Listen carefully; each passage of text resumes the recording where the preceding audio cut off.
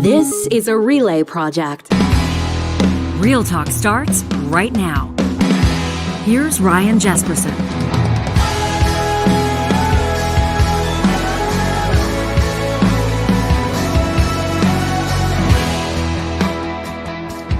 Welcome to Real Talk on this Tuesday, April 4th. Ryan Jespersen here with John Hicks. Coming up in just a couple of moments, Brian Krassenstein will join us. He's been described as one of the superstar brothers of resistance Twitter.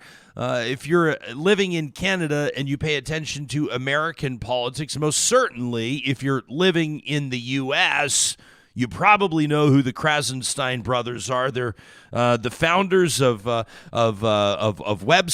and HillReporter.com, among them, that have told the story of Donald Trump from a resistance perspective since he was elected for a number of years now. And they've gained hundreds of thousands of followers for their investigative journalism and coverage of some of the scandals that have dogged the former president of the United States. Today, obviously, a big day. If you're listening to this on Tuesday, you know that in just a few short hours, most especially if you're streaming this live, Donald Trump will surrender to authorities in New York City, in Manhattan, where he will face more than 30 charges relating to hush money paid to adult film star, porn star, Stormy Daniels, leading up to the 2016 presidential election. You'll remember that Michael Cohen, then Trump's lawyer, was sentenced to more than 3 years in prison for his involvement in those hush money payments. What does this ultimately mean for Donald Trump? Is there a chance that, if convicted, Donald Trump actually goes to jail? And probably the question on the forefront of many, if not most, Americans' minds is, what does this mean for Donald Trump's promised 2024 presidential bid? He says that he will mount an aggressive legal defense to this, and he says that he will continue to seek that Republican nomination. Could it happen? What's the likelihood, and what does it all mean? That's what we'll endeavor to find out today early in this process. Obviously, the theater around this has been significant. If you were paying attention to American cable news sites yesterday, you saw the follow cams. It was like O.J. Simpson in the white Bronco. You saw the Trump motorcade leaving his Mar-a-Lago, Florida home. You saw the Trump jet departing from Florida and landing at LaGuardia in New York. You saw the motorcade making its way through New York City. Actually, a lot of the cable outlets criticized for their coverage of what they were describing as the unprecedented scenario. And of course, it is one. Never before has a current or former American president faced criminal charges. There are a lot of other things going on in the United States as well that weren't seeing coverage yesterday. Hey, let's face it. This is a story that people are intrigued by. This is a story that people care about.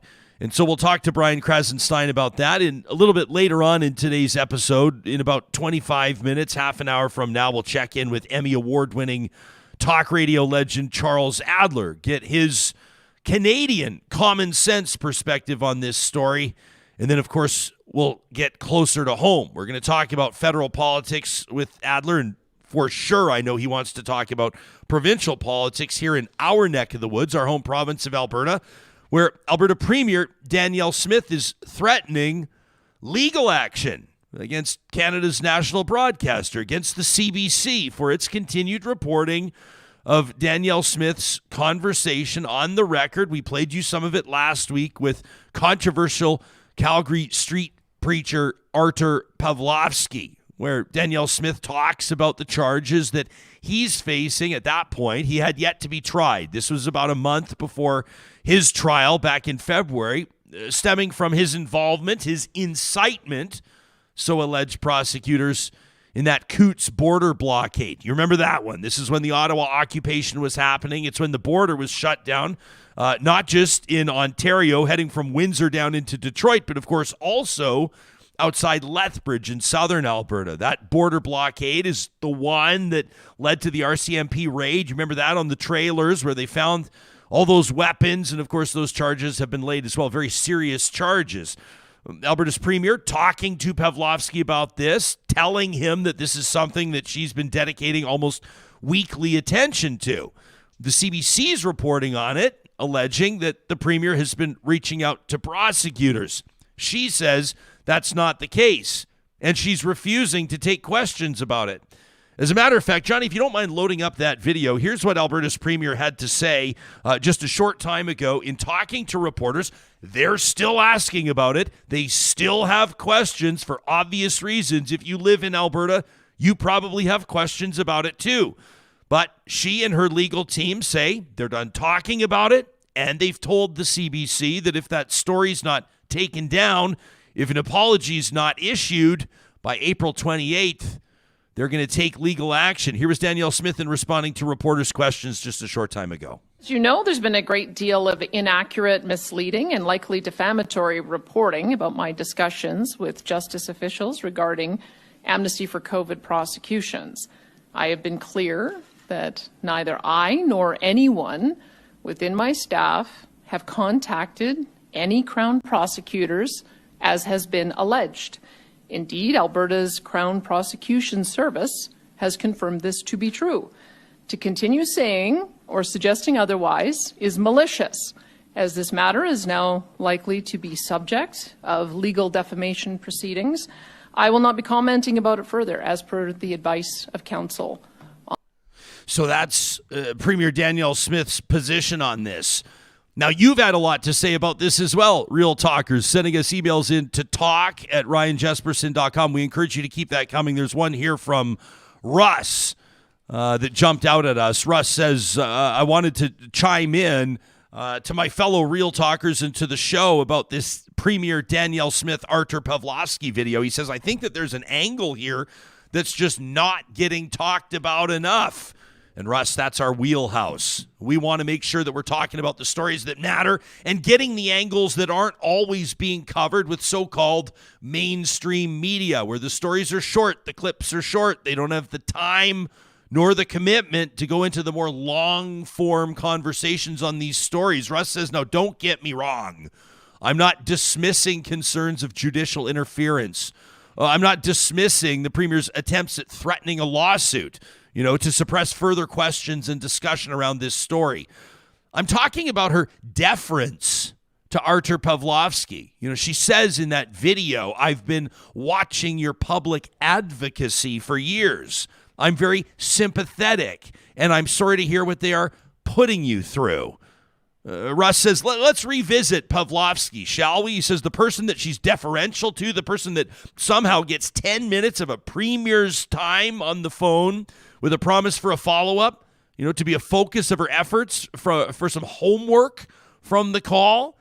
Russ says this is a man who's been blaming getting kicked out of his Alberta Independence leadership. You remember he was leader of the Alberta Independence political party up until a short time ago. Blaming someone who's a transgender person. The man who pushed for the illegal occupation of the Coutts border crossing, causing all kinds of harm, leading to severe risk of an armed confrontation with the RCMP. This is the guy who blamed the flooding down in Calgary back in 2013 on, quote, homosexuals. Russ is right about that. He says this is the man who's used the platform of the love of God to consistently preach hate.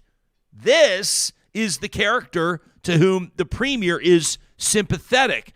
The so-called advocacy, she says, that she's been keeping an eye on for years. Now, she either shares these views, Russ says, I'm not sure if she does, I'm not saying she does, or she's perfectly willing to accept them in her quest for power, giving them legitimacy from the highest office of our province. He says either way, this is a stain on that office and the major tell that speaks to her own character. She's willing to choose to be his amplifier for his shitty, hateful street pulpit. Russ says it reminds me of that quote, when someone tells you who they are, the Maya Angelou quote, believe them the first time. Danielle Smith's not just telling us, she's shouting it. What a load of DS. We see what you did there, Russ. You can respond to Russ's email regardless of where your perspective is on this story by sending us a note. Of course, you can find that, an easy way to contact us on our website, ryanjespersen.com. Or, of course, you can also use our hashtag RealTalkRJ. That's powered by your friendly local utilities provider. That's our friends at Park Power that want to remind you now as utility costs. Of course, this is a big story. We're going to talk about this with economist Blake Schaefer tomorrow. People are paying more and more to heat their homes, to power their, well, everything. When's the last time you actually compared rates and tried to figure out if you could maybe pay a little bit less? It takes like 2 seconds at parkpower.ca. And when you inevitably decide to give them your business for electricity, natural gas, and internet, make sure you use that promo code RealTalk23. It's a bundling promo code. So the more business you give them, the more you're going to save. $50 off your first bill for each of electricity, natural gas, and internet with the promo code RealTalk23 at parkpower.ca. Hey, another great way to save money when it comes to the family budget is to visit Friesen.com. Friesen Brothers has been feeding Alberta families for more than 65 years. Alberta grown and Alberta owned. And they've got a great resource on their website. You just go to that flyer drop-down link and you check out that Family Essentials flyer. This is quality food for low prices every day. As a family business started in 1955, Friesen Brothers has always been focused on family, and the flyer reflects that with easy family meal solutions that are healthy. They don't take forever to make, and of course, they're going to keep more money in your pocket. I love some of the recipes on there. Our family's tried them out. And if you want to have even less work for yourself, make sure you check out Easter options through Catering by Friesen. You can find all the information on their website. Before we get to Brian Krassenstein, I wanted to remind you that every day when you see, if you're watching us on YouTube, this beautiful studio in Mercer Warehouse where we do our show, this was a studio built by Complete Care Restoration. Now, they're in a unique position as our only sponsor that hopes that you never have to give them a call. But if you do encounter a nightmare, fire damage, flood damage, maybe you've discovered mold or asbestos and you need it out of there, make your first call a call to Complete Care Restoration. You can give them a shout at 780-454-0776 or find them online at CompleteCareRestoration.ca. What's easily the biggest news story in the world today? Should it be? I don't know. Let's try to determine that with our next guest. But the fact of the matter is, the eyes of America, many eyes here in Canada, and of course, everywhere else, are going to be on New York City, where former President Donald Trump will surrender to authorities to face more than 30 charges related to so-called and alleged hush money payments to porn star Stormy Daniels. Brian Krassenstein, along with his brother Ed, have been covering the Trump presidency and the fallout from it for years. They're, of course, well followed, millions of followers combined on social media, the founders of HillReporter.com and the so-called superstar brothers of Resistance Twitter. He's making his Real Talk debut from the state of Florida this morning, and it's a pleasure to welcome Brian Krassenstein. Thanks a lot for making time for us today. I saw a video you just tweeted out a short time ago to your nearly 700,000 followers where you said, this is a bad day for America in general. Well, how so? Yeah, well, I mean, the fact that a former president has to be indicted, and it's not just a small indictment. There's 34 felony counts, we're learning, if reporting is accurate. It's not good for America. It's not good when you have your leader for 4 years now being indicted of fraud with 34 counts.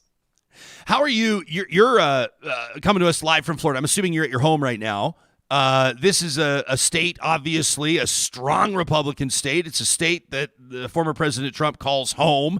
It's a state that's home to and governed by his likely biggest competition in seeking the Republican nomination in Ron DeSantis. You've told your fans and viewers before that even your circle of friends might be split, maybe 50-50.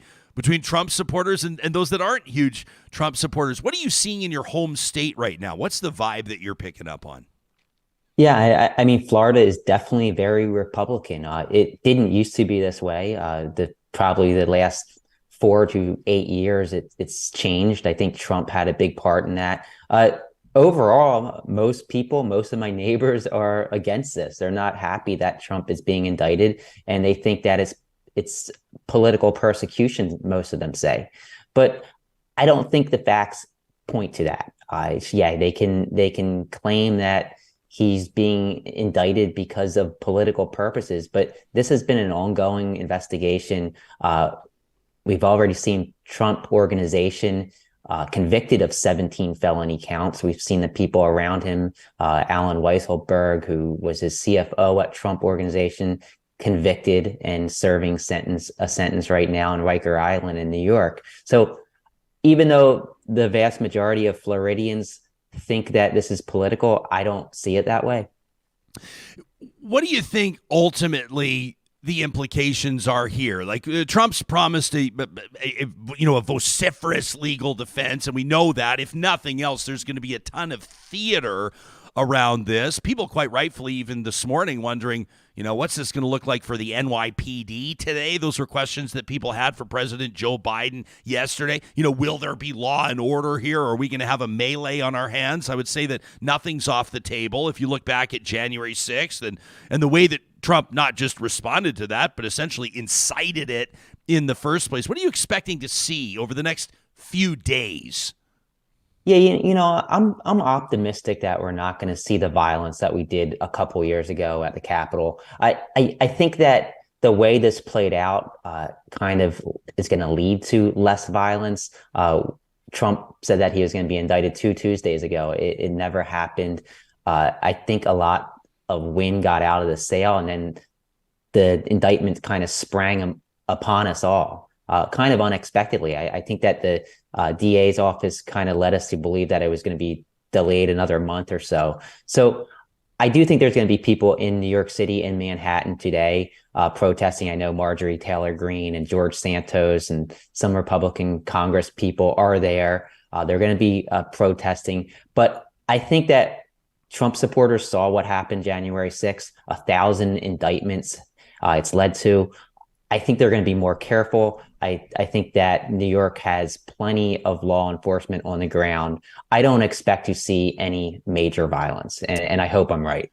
Yeah, I hope you're right too. As your neighbor to the north, it's just been wild to see the influence that Trump's had on tens of millions of supporters, quite frankly. Now, I don't want to ask you a dumb question in the sense of, is this good for Donald Trump? It's not good to face 30 criminal charges. It's not good if he's convicted. It's certainly not good if he's sentenced. But you know what I mean, right? In the sense of the way that he's been able to torque stories and build support from those that have been critical of him or that have sought to take him down. It's only emboldened his base. It's really supercharged his political career. And of course, he wants to be president again. Is there a way that all of this is great for Donald Trump? So I think that's a fair question. And I seem to believe that it's good for him within the Republican Party. So I think it increases his chances of getting the nomination for Republicans. But I think in a general election, it's not good. Independents aren't going to vote. Well, not all independents. Most independents aren't going to vote for somebody that's under criminal indictment, especially if it's 34 felony counts. Republicans will, not all Republicans, but between DeSantis and Trump, I think this is helping Trump more than it is DeSantis right now. What do you make of that? I don't want to get too off track here because the story today, of course, is the indictment, the arraignment, the 30 charges, etc. Him surrendering himself. But what are you making of that battle back and forth between DeSantis and Trump? Let me give you full disclosure. I was just on a golf weekend with my friends, and one of them is a Florida Republican. He made the trip in from Florida, and his family are Trump supporters, and he's also a big DeSantis guy, and as he talks about it, it's very interesting to see his discomfort as he recognizes the attacks that his governor's going to face from the former president that he has supported in past. What are you reading into what the future of that feud looks like, and maybe who comes out on top? Yeah, like right now, I feel that DeSantis is just kind of trying to buy time. He's sitting back, waiting. He realizes he's kind of stuck between a rock and a hard place. If he attacks Trump's base, which he will rely on later, if he has a chance at the nomination, are going to turn on him, and it's going to hurt him drastically in the future. But if he doesn't attack Trump, then Trump is actually convicted or is unable to run for some reason. That's going to hurt him as well, because then you have everybody, all the independents and Democrats saying, "Hey, you supported this guy." So I think he's really stuck, and the only thing he can do right now is just wait it out and hope that Trump makes an unforced error and that he can take advantage of it. And I think that's what he's doing right now. I want to encourage our viewers and our podcast subscribers to check out your Krassenstein's Democratic Informer. They can find it at krassenstein.news, and we'll link to it in the show notes here on the podcast and on YouTube. Really interesting piece. Just a few hours ago, you published it. The hypocrisy of the lock her up crowd. What does Hillary Clinton have to do with any of this? Yeah, like for years, Trump campaigned on locking Hillary up, his political opponent. And I just think it's so ironic that now you have Trump being indicted on all these counts, arraigned today, and he's claiming that it's political in nature.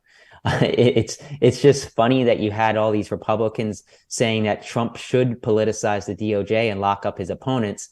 And then when it comes back on him, they're all against it. And this isn't political. I don't see it as political. Whereas what he was doing for years, calling to lock Hillary up, absolutely was political. Brian, when we welcomed you to the show here, I sort of teed this up, saying 30-plus charges relating to alleged hush money payments to adult film star Stormy Daniels. It's a scenario in which Trump's former lawyer Michael Cohen was tried and convicted, sentenced. Did he plead guilty? Anyway, he was sentenced. And of course, American Media Incorporated, AMI, as well, implicated in this, $130,000 in hush money. Am I keeping this assessment of what this is all about too general for your Canadian neighbors? For those of us to the north, what are some of the key points that you're really keeping an eye on here? Yeah, I want to see if it spreads outside of the hush money payments, because I mean, over the course of the last few weeks, you've had those on the right saying, "Oh, this is a nothing burger. If it's big deal, he paid off a porn star to hide an affair." I think it could spill outside of that. And I don't know. I just see 34 felony counts, and I find it hard to believe that there's not going to be more to it. And we'll see. Maybe I'm missing something, and it is going to be all related to what David Pecker did and what Stormy Daniels did, and how he paid all these women off. But I don't know. We'll see, I guess. Yeah. And of course, later today, we'll know more. And then as this week goes on, we'll know more. And 6 months from now, we'll look back and look back to sort of these early days. It's not the first time. I mean, you know this almost better than anybody. You and your brother have I don't know if I want to say built your brand, but you've built an enormous following based on your coverage of opposition to Donald Trump. I mean, from the very beginning, before he was elected president, and most certainly through his presidency. What are you seeing on the resistance side? Can I say candidly, people have had their hopes up before. When Mar-a-Lago was raided, when the documents were seized, when everything was happening. Do you sense that there's something different this time? I mean, obviously charges being laid is huge, but what else about you strikes this as maybe being a little bit different? Yeah, I think it shows he's not invincible. I think a lot of people viewed him, especially on the left, as this Teflon guy that everything bounces off of. Nothing ever sticks to him. But I think this is the start. I think this is just the first domino to fall. I think we're going to see likely indictments out of Georgia, Fulton County, as well as the special counsel who's investigating January 6th and the documents cases. So I think will be the first of many. And we'll see. I don't want to convict him before he's actually charged, but I viewed this Manhattan case, as probably the one that he should worry about the least out of all the other investigations. What did you make of the coverage yesterday from the big cable news, CNN and the rest of the motorcade? The Trump jet taking off and landing at LaGuardia and then making its way through the streets of New York. I saw Keith Olbermann was really taking big runs at Jake Tapper. He didn't like how CNN was covering it. What's your insight into that and big picture? Like, this is obviously a huge story, but what do you make of the way that the mainstream media is covering it? Well, yeah, first of all, it's definitely helping Trump with his base, but I don't think it's helping him with anybody else. I can't blame the media. It's their job to cover this. They want to show people what they want, and that's exactly what they're doing. So I have a hard time blaming the media for showing all this, because it's exactly what the American people and probably the rest of the world want to see. Yeah, no kidding. Well said. Well, listen, I know that there's going to be a lot to talk about. We're going to be keeping our eye on your continued commentary on this, both you and your brother, and we're really grateful that you made time for Canada this morning, Brian. Thanks a lot for that. Brian Krassenstein joining us live from Florida. Thanks a lot. Yeah, you bet. You can check out hillreporter.com. You can also check out krassenstein.news. And you can give Brian and his brother Ed a follow on Twitter. Recommend it. It's a pretty engaging content. Obviously, you know where they stand on it. They've been clear about that and have amassed a pretty huge following. Johnny, you're a Florida kid. If you go way back, if you're a Floridian. Floridian, yeah. Yeah. Like, what was it? Like the first, some formative years of your life as a young fella. Yeah, and I don't want to date myself, but I grew up there. Well, not grew up. I was there from 1980 to about 88, 89. Yeah. So big, if you look at all the big movies from that time that were made after, big crime wave. My mom was a nurse in a hospital. There was a lot of drug and violence going on. We were living right in Dade County, which where a lot of this was going on. But it's an amazing place. And I'm actually getting to go back to the States probably maybe this summer for a weekend. I got some friends down, or some family down in the South. What do you make of it? So as your roots as a Floridian, I mean, you look at the power, the Republican power players in that state, including Ron DeSantis, Donald Trump, or some general thoughts on what you're seeing today? Well, it's definitely like it's its own like microcosm. It's like it's like its own little country down in Florida. I'm sure Brian would agree too.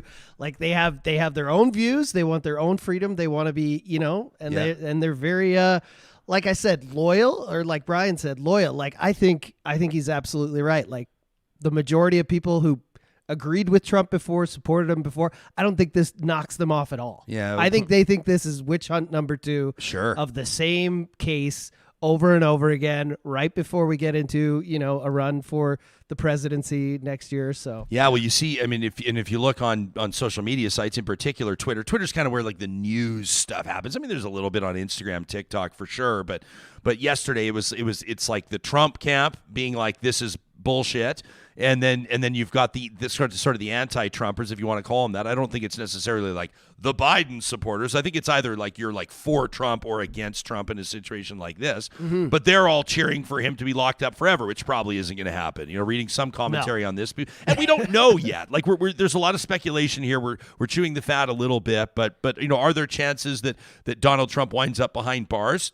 Probably unlikely. Are there chances that Donald Trump that this stands in the way of his bid to take over the Oval Office again? Probably not. Mm-hmm. He probably will still. So, but there's a lot to be determined. I was mentioning this weekend, I want to give a shout out to a couple of the boys. We had some really good conversations. We like shout out to my buddy Lundy, the Florida Republican, and shout out to my buddy Savvy, the Boston Democrat, and the two of them in the pool. Hey, you thought it couldn't happen. Civil conversation about American politics involving Trump, but this is, whether you like to acknowledge it or not, this is a big story that'll have a significant impact on the political dynamic, not obviously just in Florida and not obviously just with the Republican Party, but across the board. My family down in the States too, they're all right-leaning, and I think we have good conversations, but like I think the elections, especially the last 2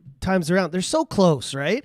So I think even the people who have a problem with some of the things Trump does, they kind of throw it under the rug. You know what I mean? Yeah. And in regards to this case, I think some of them think this works for him. right? This helps his 100%. case. That's what I wanted to ask Brian about yeah. it.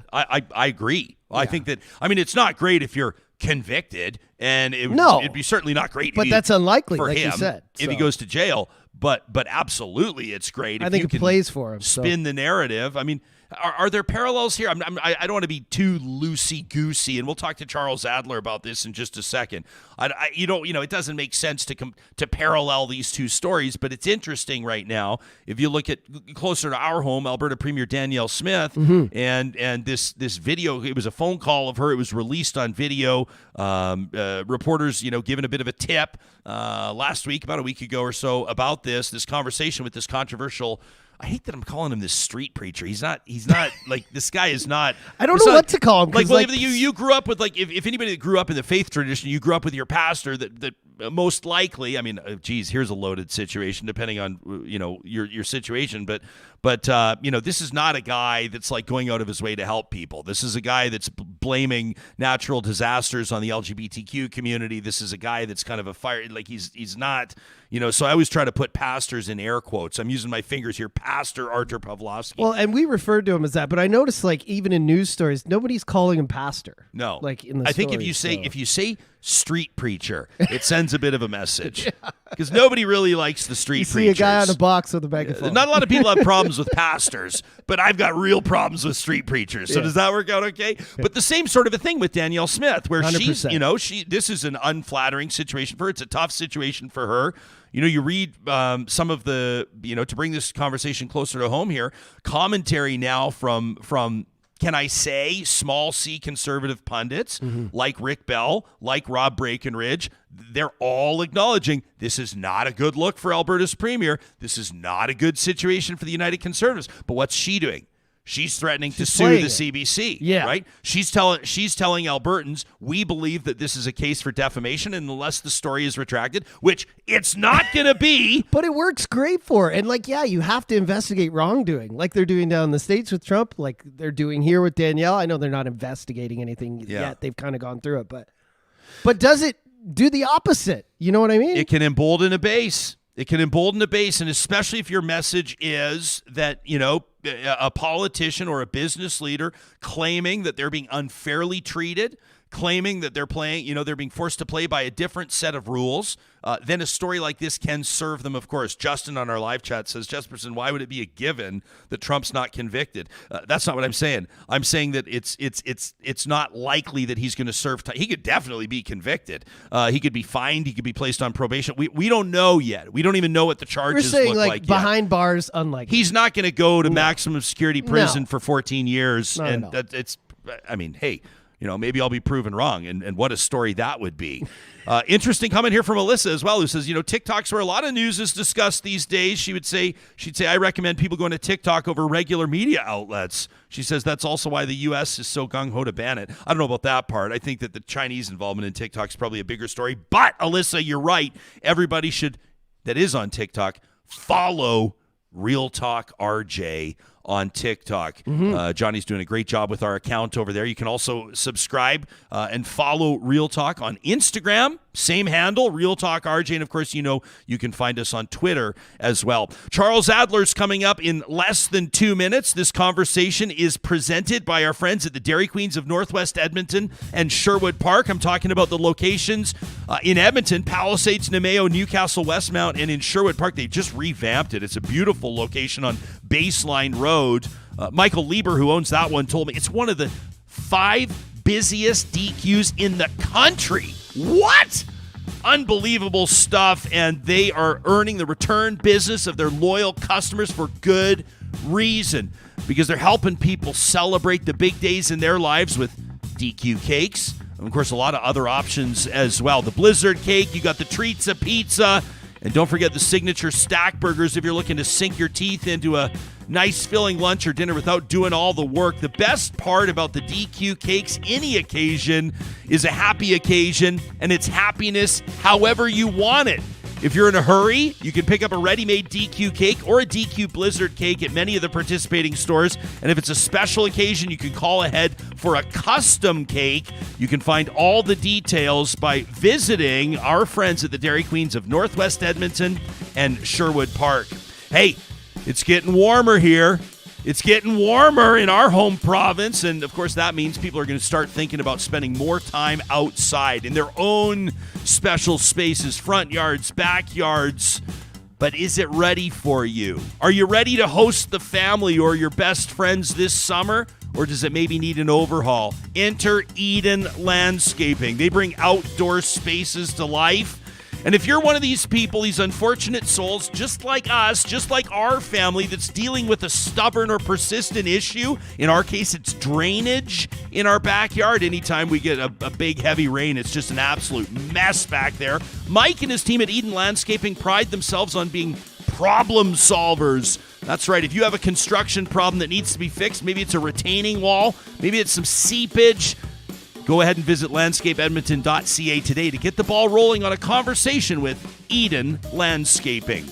If you're a professional engineer or a technologist in Canada or beyond, and you're looking for a change of pace, you don't feel appreciated at your workplace, you're not even happy or inspired by the work you're doing, you're looking to reach your professional potential, Apex Automation is hiring.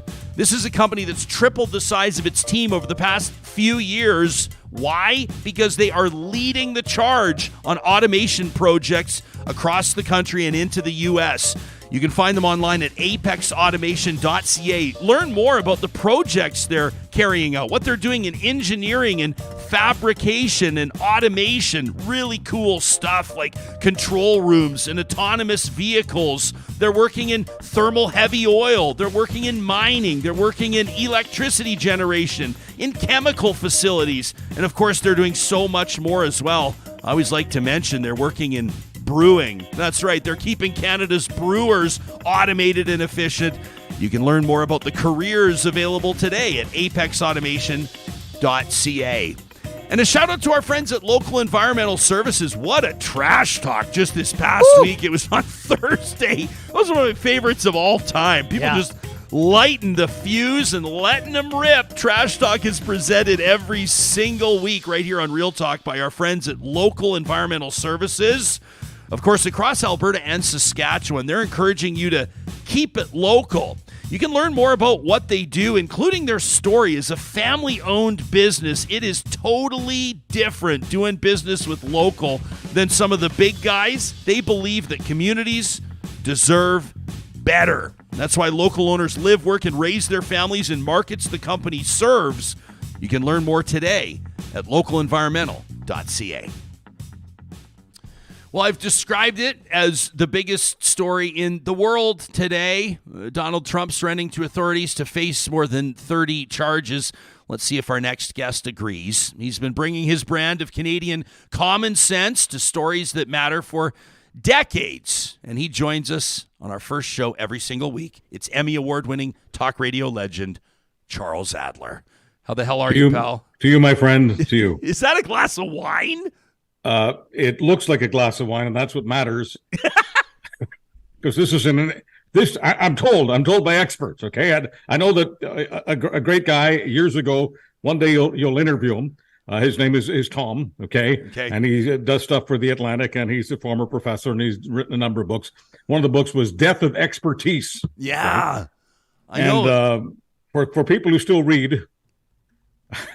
I have to say for people who still read, because I keep seeing the stats every day. Fewer and fewer people are reading. I mean, they're reading Twitter, they're reading Instagram, but they're not reading books. Yeah. But if you ever want to read a book about what's going on today, it was written a few years ago, but it's very current, and it'll be current for a very long time. It's called The Death of Expertise. Essentially, if I have to just boil it down to 15 seconds, and I'm told that I have the talent to do that, Ryan, in 15 seconds or less, the death of expertise is about the death of knowledge. It's about the death of curiosity. And it's about the death of real talk, which is one of the reasons I love being on this show, whether it's Tuesday, Monday, Wednesday, Thursday, Friday. It doesn't matter. I'll do it at 2:00 in the morning because I am starved, as Canadians are, for real talk. Well done. Well, we're grateful to have you here. Now, a veteran interviewer must sometimes circle back when they don't get the answer they're looking for. So if it's not Merlot, what's in your glass? It is Diet Coke. Okay. I bought 32 cans the other day, and I think I've still got 2 or 3 left. 32 cans. You got 32 Drinking cans poison. Johnny's always on me because I'm big on the Coke Zeros, Chuck. And Johnny and I we're trying to get on the health train together, but Johnny's already punched his ticket, and I'm still standing in the vestibule. Well, as you know, I'm a huge fan of family business, and the family I admire most is the Costco family. And that's where I got 32 of these suckers, I think for $14.25, something like that. Sue me if I'm Danielle Smith. Sue me if I'm out by 5 or 10 cents. Don't start inviting her to sue you, because she's looking to sue somebody right now. We'll talk about that in just a second. But do you agree with my assessment? Is the Donald Trump appearing in Manhattan today story the biggest story in the world today, or at least it's going to be treated like that? Oh, yeah. I mean, he's the former leader of the free world. He's a former president. I know that he diminishes himself and his fans diminish him in many ways, but he is still one of the things I wonder about is if they ever do put him in an orange jumpsuit, will they have to put some Secret Service people in orange jumpsuits as well? Because one of the great perks of being a president, a former president, is you get Secret Service security protection for life. So I don't know whether they can actually, put them in solitary ever, because they'd have to have at least one Secret Service person with them. And of course, if they put them in the general population, that could be a real problem. But in any case, it's just one of the many things I wonder about. By the way, people keep talking about the Stormy Daniels thing. I understand, porn star while his wife is pregnant. I mean, it's a great story, whether you call it a tabloid story or anything else. But there are so many things that he is charged with. He's got 35 counts, 30 to 35 in the one he's charged in today. But there are 3 other major cases. One, of course, involves an insurrection. That's not a very small thing, trying to overthrow the government of your own country. Okay, so one is about the insurrection. Another is about the papers that were found on him, where there could be an obstruction of justice charge coming as well because of what he claimed he did and didn't do and blah, blah, blah, blah, blah. At Mar-a-Lago. And then, of course, you've got a couple of other big ones as well. One of them will be charged in Atlanta. That series of indictments could come down in just a little while. Yeah. And that, of course, has to do with him trying to fix the election, also not a small thing. So it's not just about the porn star. I agree with you. And actually, to be honest, and I guess what I'm about to say here could be taken out of context, but nobody actually cares about the Stormy Daniels stuff. Like I'm sure that Melania cares about it. And I'm sure that a lot of people that are obviously sort of would like to see more strident commitments to morality and ethics from elected officials and people generally speaking are bothered by that story. But you're so right. I mean, the incitement of violence and insurrection a couple of years ago on January 6th is so much worse. I mean, you saw, I don't know, I'm sure that you saw the clip. I don't have it right now, but Trump talking to Sean Hannity just the other day. Hannity's he's sort of trying to help him. And on the silver platter, he says, I know you're not, President, you're not obviously just taking documents. And Trump says, yeah. No, I can take them. And Hannity goes, well, no, Hannity goes, no, I'm going to move on. And Trump goes, no, I can take it. I mean, these are the bigger stories. I mean, it's so embarrassing. There's Hannity trying to, I'll use relatively polite language, even though I can do more because it's a podcast, but massage. I'll just use the term massage, okay? Hannity is massaging him, okay? And it doesn't want to be massaged, okay? Hannity is trying to, diminish what this important case is all about as far as stealing of documents. And Trump is proud of what he's done. He's proud of being indicted. He's proud of all of these counts. He's proud of, he likes being notorious. He likes being the bad guy. And of course, he gets massaged by his many fans and his many donors. And I think, by the way, just the story that we're talking about right now, the fact that he would be officially indicted today, which came out, not long ago, 3-4 days ago, was where we knew that this would actually be happening today. He's raised $25 million on this story since then. Mm-hmm. I mean, this is a cash cow.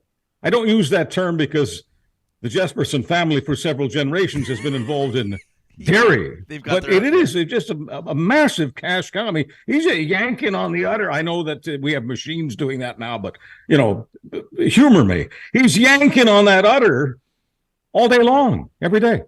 And I just, like, we were just talking about this with Brian Krassenstein, the thing for me that'll blow my mind, and this is what shows like this can do.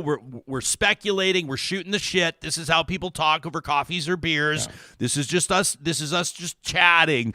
But let's say, I mean, you think of any other political candidate, like, I mean, almost literally any other political candidate. And I'm talking in Western democracies. I'm not talking about China and Russia or Iran. It's different there. Democracy. But you think we'll just stay with democracy. We still have a percentage of the planet. We'll stick. Yeah. I mean, for now, we're doing all right with democracy. But we shouldn't laugh, because in 5 years from now, we will maybe sing a different tune. But don't ever say we shouldn't laugh, because if you lose your sense of humor, it's all over. Beautifully said. People in different walks of life right now, suffering from different infirmities, et cetera, et cetera, et cetera. Whatever you do not lose your sense of humor. And the way to do that is do not engage too many humorless people. Humorless people will bring you down. Beautifully said. It's just back-to-back jacks from the sage here, the Titan of Talk, Charles Adler. But to make my point, can you think of a single other political candidate that could be turning themselves in, facing more than 30 charges, and be collecting boatloads of cash and likely still be the front runner, not even likely, is the front runner to be the Republican nominee for president? And it is not, I mean, Krassenstein said, he goes, I don't know what this is going to do with the independent vote. He says it's not going to be flattering for Trump on the independent vote, but this actually could, I mean, I'm just saying, it could win him the next election. I don't think there's any other politician on planet Earth that can game the system like this guy is, or let me just at least say torque the potential turbocharged elements. This won't win him the election. This will win him the Republican nomination. Yeah. But frankly, when you've been, if they get 3 or 4 convictions on him, in Atlanta, in Washington, in New York, if they get all this stuff on him, I mean, if it keeps him out of jail because he's running for president, whatever, they may put him in jail after the election if he loses. But frankly, when you do look at the data coming from people who are independent, remember the way the American pie works, it's simple. A third, roughly speaking, a third are Republican, registered Republican, a third registered Democrat, and a third are registered unenrolled or independent. So independents are always the ones who decide the day. And overwhelmingly, the independents do not want a person with Donald Trump's baggage, and I'm not talking about just Stormy, I'm talking about all of this, okay? They do not want a person who is being charged, is being convicted, et cetera, is involved this heavily in the judicial system. The overwhelming number of independents don't want that. So as long as Joe Biden doesn't embarrass himself, as long as he doesn't, piss his pants or something, Joe Biden will be the president, whether people like it or not. And I realize we've got people watching this podcast, listening, who are great fans of Fox, despite the fact that it's now on the record that the Fox hosts lie because they don't want to lose their numbers. The people who watch Fox can't believe that Joe Biden would ever be reelected. But as I say, unless he embarrasses himself, he will be, if the Republicans embarrass themselves and nominate Donald Trump. And everything that we're talking about right now helps Donald Trump win the Republican nomination. Sharon's wondering in our live chat, will Trump take the stand on his own behalf? I cannot imagine that he would not. There's not a microphone that he's ever seen that he hasn't loved to step in front of. He'll be offering comments. By the time that most Real Talkers will hear this, he will already have offered those comments, quite likely, from his Mar-a-Lago home. He'll be returning to Florida. The expectation is later today, later Tuesday, after he speaks to these charges, after he appears, and so we'll see. But I can't imagine that Donald Trump would not take the stand, despite whatever his lawyers may tell him. This is a guy, he's a completely different animal. I don't think he'll take the stand because the record shows in recent years when he is involved in legal proceedings, he does follow his lawyer's advice. So I don't think that he'll be taking the stand. I think what he'll do is maximize his opportunities for exposure elsewhere. Right. And the elsewhere in most cases will be Mar-a-Lago. I'm told he's flying back to Mar-a-Lago right after this relatively short proceeding in Manhattan. And in Mar-a-Lago tonight, and the networks will have that live. He'll talk, and I don't know whether he'll go the full Castro, 3 hours or whatever, but and they may cut him off. Networks may cut him off after half an hour, but he will be delivering an address to the nation tonight from Florida. Chuck, let's talk about politics closer to home, closer to our home anyway. Alberta's Premier Danielle Smith. We played the clip earlier. You want to actually load that up again, Johnny? We'll maybe just play this. Danielle Smith basically says that she's not going to be taking. She's not going to be taking questions from reporters, which doesn't necessarily mean that they're not going to keep asking them. Yeah. But she's threatening to sue the CBC for defamation if the CBC does not retract its story. She wants all evidence, all promotion of the story, including on social media, deleted. And she wants an apology from the CBC before April 28th. She says she's suing. The CBC executives say they stand by their reporting. In other words, they're telling her they're not going to be doing what she's demanding, which could lead to a very interesting scenario. Alberta's Premier suing the CBC, which also probably you want to talk about legal situations or scenarios that can be torqued by politicians for their benefit. This would be one of them. Here's what Danielle Smith had to say to persistent reporters just a short time ago. As you know, there's been a great deal of inaccurate, misleading, and likely defamatory reporting about my discussions with justice officials regarding amnesty for COVID prosecutions. I have been clear that neither I nor anyone within my staff have contacted any Crown prosecutors, as has been alleged. Indeed, Alberta's Crown Prosecution Service has confirmed this to be true. To continue saying or suggesting otherwise is malicious, as this matter is now likely to be subject of legal defamation proceedings. I will not be commenting about it further, as per the advice of counsel on the matter. Okay, so that's Alberta's Premier just a short time ago.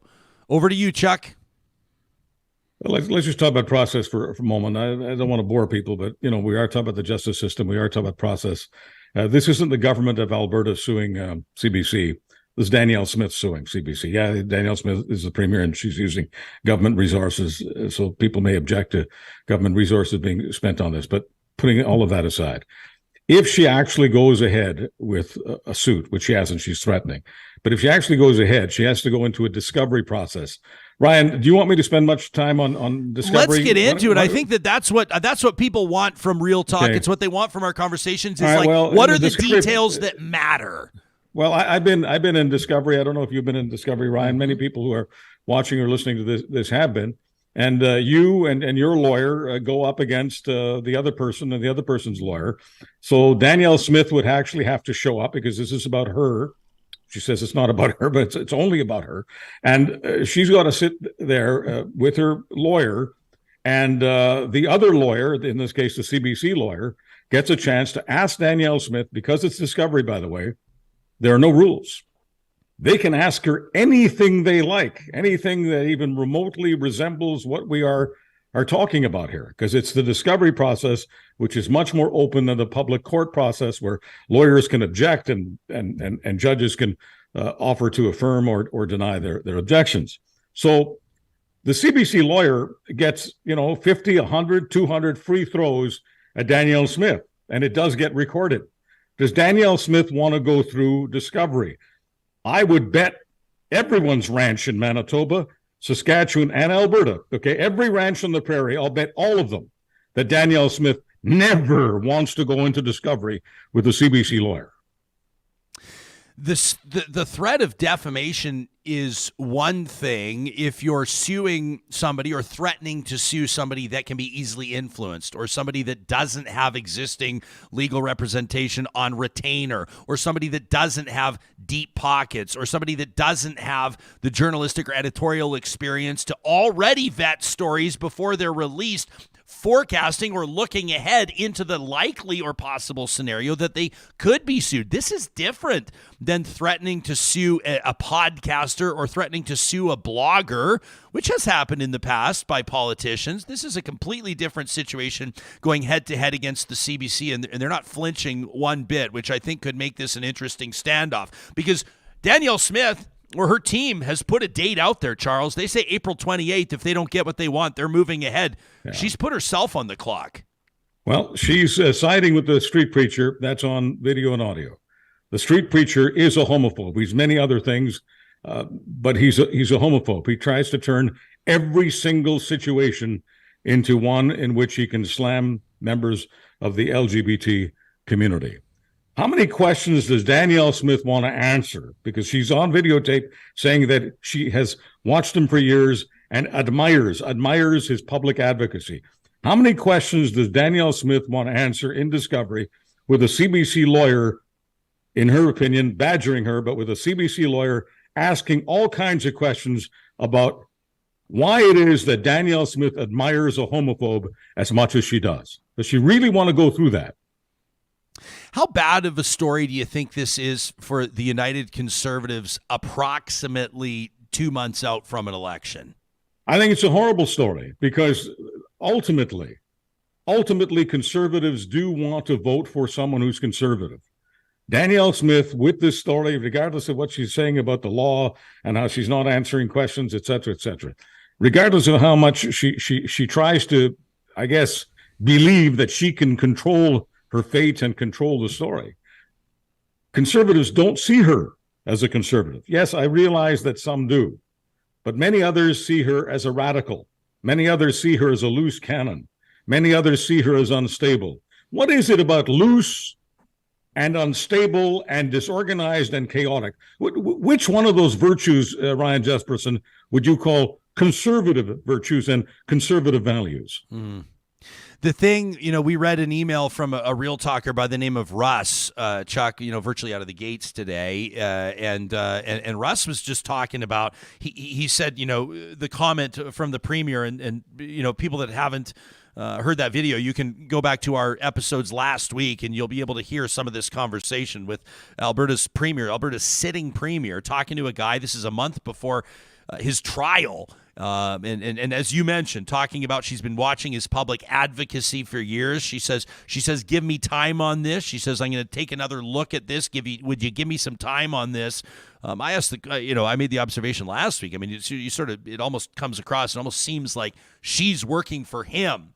And yeah. Russ is almost saying it's not about Danielle Smith. It's about Artur Pawlowski, and it's about this almost admiration for him, where I think you get the average person that'll vote conservative because they perceive themselves that party based on their personal values to be a little bit more business friendly or a little bit more committed to small government. That's why I voted for the PCs.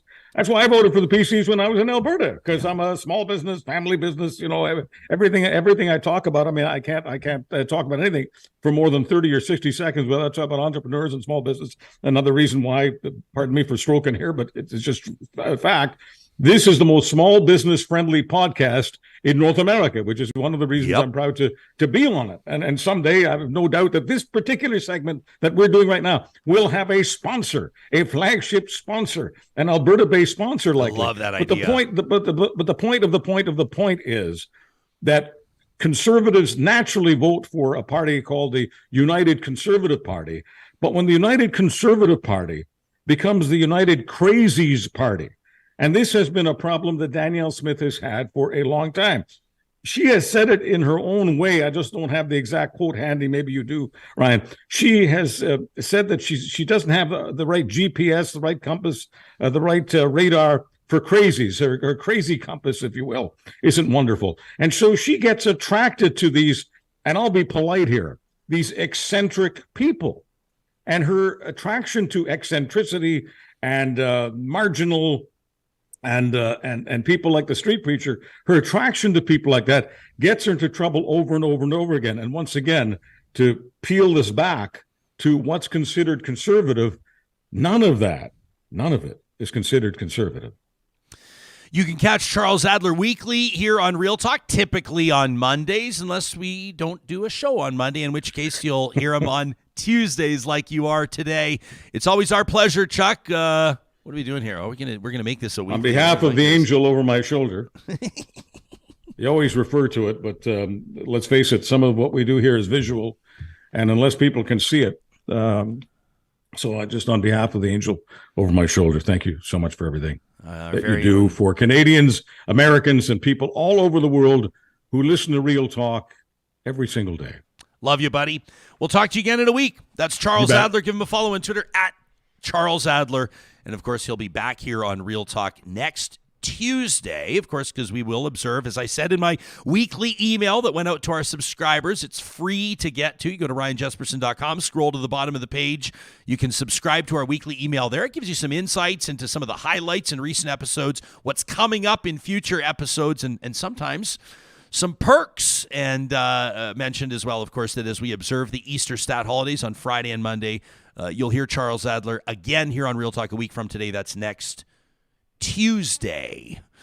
Now, every week, the first episode of the week, our friends at Kuby Energy give us an opportunity to despite the windstorms going on around us in the news cycle, despite some of the stories that maybe knock us down a little bit or act as a bit of a gut punch or have us questioning everything that's happening around us, a chance to find those silver linings, a chance to restore our faith in humanity.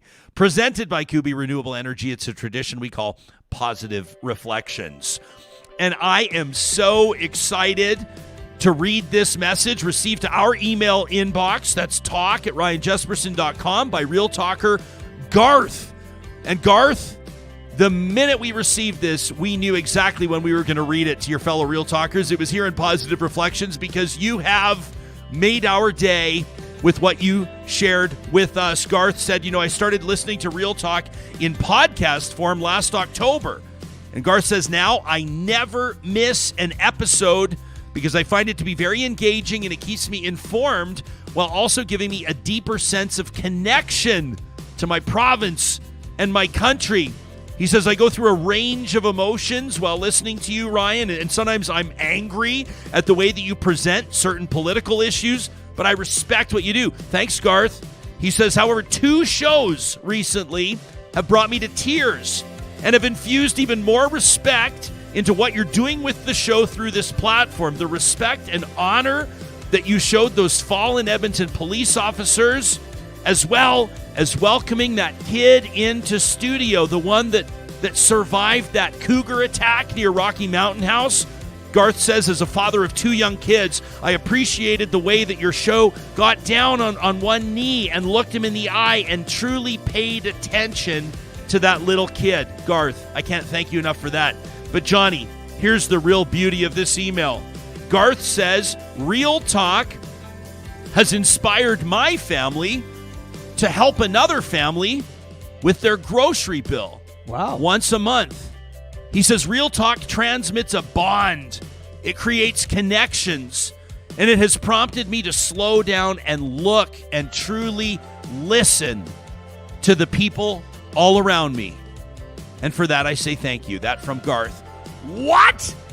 I'm keeping this printed off email in my desk drawer, Garth, and every time I'm having one of those lousy, cloudy days, and I open up my drawer to pick up a new pen or something like that, I'm going to lay eyes on that. And your words are going to remind me and Johnny why we do what we do. A shout out to our team behind the scenes that makes this all possible as well. Garth, you've reminded us that there's nothing really more important when it comes to storytelling, when it comes to interviews, when it comes to insight on things that matter than the impact that it has on our audience and the people that are joining our audience, more and more of them every single week. For that, we thank you. Keep us posted, Garth, on how this grocery thing goes, and let us know about the impact that it's having on your friends. And if, to the rest of you Real Talkers, Garth's email has lit a fire under you, has inspired you to take action, we would love to hear about it. Every single week, there's an opportunity for us to share a story from within or outside our listening or viewing audience. Thanks to our friends at Kuby Renewable Energy, you can get a free solar quote today by visiting kubyenergy.ca. Hey, speaking of cost of living and speaking of families, how about this electricity rate cap that's being lifted? It's saying it's going to cost Albertans $200 million, and it's being said that it's going to hurt the lower income earners the most. Coming up on tomorrow's show, we're going to ask economist Blake Schaefer about that. He's also been doing a ton of research, unrelated, on electric vehicles and the electricity grid and whether or not we're even going to be able to handle an uptick in EV activity. Blake Schaefer will join us tomorrow to talk about it, and we're also going to Talked to a filmmaker. He's got a new documentary out called Bug Sex. Yeah, that's right. I'm excited for this one. Yeah. Just wait till you see the visuals. Yeah, we're going to literally talk about bugs. Wow. Fucking. Of course they do. How else do you think they reproduce? But, like, what do we know about it? And what prompted a guy to make a film about it? We're going to get into that on Wednesday's Real Talk. Yeah, wild. We know. We hope you'll join us then.